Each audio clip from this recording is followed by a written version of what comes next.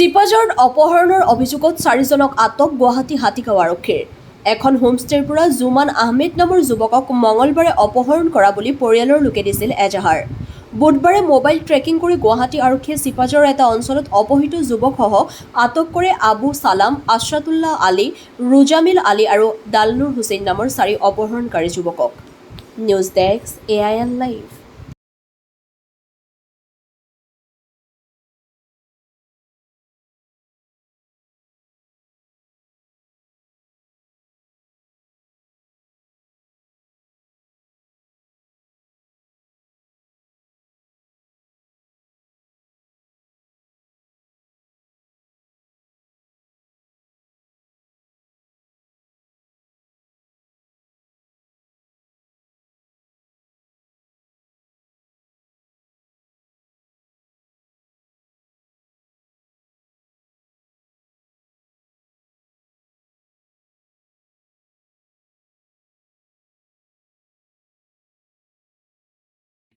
যিকোনো খবৰ বিজ্ঞাপনৰ বাবে যোগাযোগ কৰক 7896121996।